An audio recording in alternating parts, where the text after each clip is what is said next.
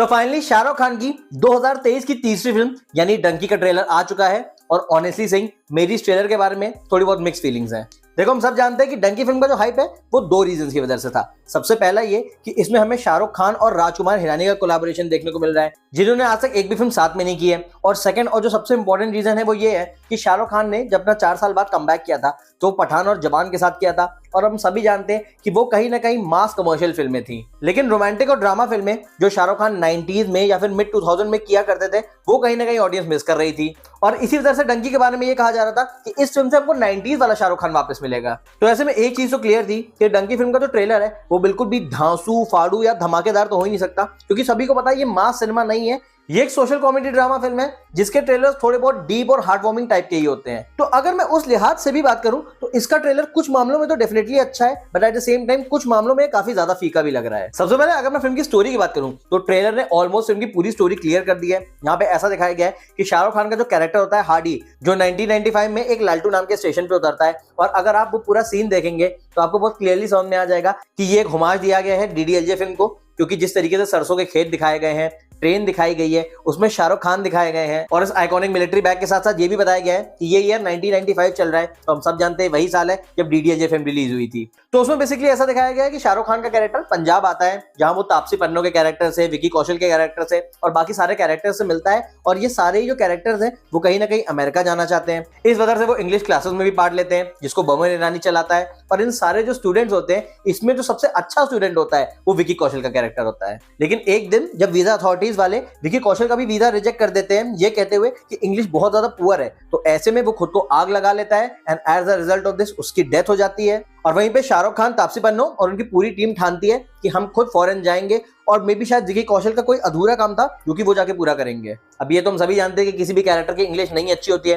तो वीजा का टेस्ट तो नहीं पास कर पाते हैं, तो as a result of this वो इलीगली कई देशों का बॉर्डर क्रॉस करते हुए फॉरेन जाते हैं, और वहां पे प्रोबेबली कुछ ऐसा हो जाता है जिस वजह से वो इंडिया वापस नहीं आ पाते। अब इसी पूरी स्टोरी पे बहुत सारा ड्रामा देखने को मिलेगा। एज एन ऑडियंस हमारी बहुत सारी इमोशंस और फीलिंग को भी ट्रिगर किया जाएगा, एंड आई एम श्योर ये फिल्म एक इमोशनल जॉयराइड होने वाली है, जो कि मैं शुरुआत से कह रहा हूं। और उससे भी ज्यादा मुझे इस बात की श्योरिटी है कि जिस टाइम तक शाहरुख खान का कैरेक्टर वापस इंडिया लौटेगा उस टाइम तक बहुत सारे कैरेक्टर्स इस फिल्म में मर चुके होंगे, apart from Shahrukh Khan of course, क्योंकि उनका ओल्ड लुक ऑलरेडी दिखा दिया गया है। और अगर आप ट्रेलर को ध्यान से देखेंगे तो आपको समझ में आ जाएगा कि पूरी स्टोरी जो है वो फ्लैशबैक में चल रही है। इनफैक्ट शाहरुख खान का जो बूढ़ा वाला कैरेक्टर है वो किसी को अपनी पूरी स्टोरी नरेट कर रहा है। अब ऑनेस्टली सेइंग ये पूरी फिल्म जो है वो मुझे दो फिल्मों की याद दिलाती है, एक सलमान खान की भारत और एक आमिर खान की लाल सिंह चड्ढा, क्योंकि वो दोनों फिल्में भी ऐसी ही थी जहां पे दो बूढ़े कैरेक्टर्स अपनी पूरी लाइफ को नरेट कर रहे होते हैं, और वो फिल्म भी एक इमोशनल जॉयराइड थी जहां पे एक कैरेक्टर को अपनी लाइफ के अलग अलग फेजेस में क्या कुछ दिक्कतें आई और वो कैसे उन सारी मुश्किलों से बाहर निकला, पूरी जर्नी उसी के बारे में थी। And I am pretty sure कि ये फिल्म भी बिल्कुल ऐसी ही होने वाली है, जिसकी शुरुआत थोड़ी बहुत कॉमिकल नोट पे होगी, और उससे भी ज्यादा मुझे इस बात की श्योरिटी है कि इस फिल्म का जो फर्स्ट हाफ होगा और स्पेशली पहले आधे घंटे में कह सकता हूँ वो थोड़े बहुत कॉमिक रिलीफ वाले होंगे, लेकिन उसके बाद जैसे जैसे ड्रामा अनफोल्ड होता जाएगा फिल्म बहुत ज्यादा इंटेंस होती जाएगी, और स्पेशली इस फिल्म का जो सेकंड हाफ है वो बहुत ज्यादा ट्रेजिक होगा। इनफैक्ट अगर आप ट्रेलर को भी ध्यान से देखेंगे तो ट्रेलर तकरीबन 3 मिनट 2 सेकंड का है, और उसमें पहले 1.5 मिनट का जो ड्रामा दिखाया गया है उसमें कई सारी कॉमेडी और लाइट मोमेंट्स हैं, लेकिन वहीं second half of the trailer जो है वो बहुत ज्यादा हैवी है, जो इमोशंस का ओवरडोज दिखाया गया है। इससे एक चीज क्लियर है कि second half of the film में लोगों की गंगा जमुना बहने वाली है। और जो मैंने इमोशनल जॉयराइड वाली बात करी वो भी आपको कई सारे शॉट से क्लियर हो जाता है। अगर आप ट्रेलर को ध्यान से देखेंगे तो बीच में कई सारे शॉट्स आते हैं जिसमें डेजर्ट दिखाया गया है, माउंटेन्स दिखाए गए हैं, सी और बोट दिखाया गया है, प्लस ट्रेन और अंडर वाटर के सीक्वेंस भी है। तो इससे एक चीज क्लियर हो रही है कि ये जो जर्नी है वो काफी ज्यादा लंबी होने वाली है। प्लस ट्रेलर की स्टोरी भले ही बता दी हो, लेकिन इस फिल्म में बहुत सारे सब प्लॉट्स भी होंगे जो ऑडियंस को काफी ज्यादा इमोशनल कर देंगे। अब सबसे बड़ा सेलिंग पॉइंट इस फिल्म का दो फैक्टर्स डेफिनेटली शाहरुख खान और राजकुमार हिरानी है।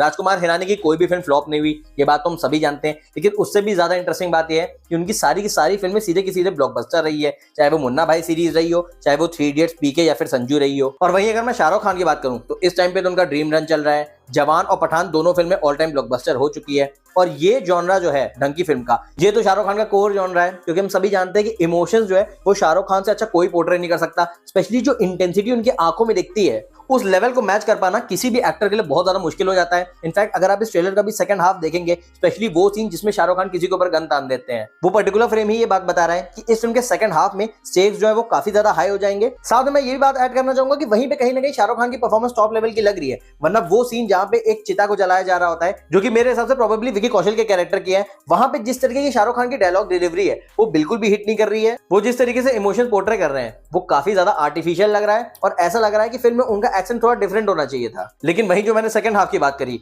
वहीं पे शाहरुख खान के कैरेक्टर की ग्रोथ दिख रही है और मुझे पर्सनली ऐसा ही लगता है कि इस फिल्म के सेकंड हाफ में जो शाहरुख खान की परफॉर्मेंस होगी वो सबसे ज्यादा हार्ड हिटिंग होगी। वहीं अगर मैं कॉमेडी की बात करूं तो ऑनेस्टली सेइंग जोक्स मुझे ट्रेलर के बहुत ज्यादा एवरेज लगे, और राजकुमार हिरानी की अगर मैं बात करूं तो उनकी फिल्मों की कॉमेडी जो है वो बिल्कुल टॉप लेवल की होती है, चाहे वो थ्री इडियट्स की रही हो, चाहे वो मुन्ना भाई सीरीज की रही हो। और उससे भी ज्यादा उनकी फिल्मों की एक खास बात होती है कि उनके कैरेक्टर्स बहुत ज्यादा आइकॉनिक होते हैं। लेकिन इस फिल्म को देखने में तो ऐसे ही लग रहा है कि इसके कैरेक्टर्स काफी ठीक ठाक हैं। फिलहाल तो देखने में ऐसा नहीं लग रहा है कि उनके कैरेक्टर से इस बार इतना ज्यादा इमोशनल कनेक्शन हो जाएगा जितना उनके पास कैरेक्टर से रहा है। But at the same time मैं ये बात भी ऐड करना चाहूंगा, it is too early to say. Finally जब फिल्म रिलीज होगी और स्टोरी हमारे सामने अनफोल्ड होगी, तब कहीं ना कहीं इस चीज का हमें क्लियर आइडिया मिलेगा। और हाँ, एक डायलॉग जो मुझे ट्रेलर का सबसे ज्यादा इंटेलिजेंट वाला लगा वो ये था कि कहानी शुरू भी मैंने की थी और खत्म भी मैं भी करूंगा। ऐसा लग रहा था कि वो शाहरुख खान के करियर के हिसाब से कहा जा रहा है, क्योंकि सब जानते हैं कि 2023 की शुरुआत शाहरुख खान ने ही पठान से करी थी, जो कि ऑल टाइम ब्लॉकबस्टर रही थी, और इस साल का अंत भी जो है वो शाहरुख खान डंकी से करेंगे, जो आई होप कि बहुत बड़ी वाली ब्लॉकबस्टर होगी। क्योंकि ऑनेस्टली सेइंग, जैसे कि मैंने कहा,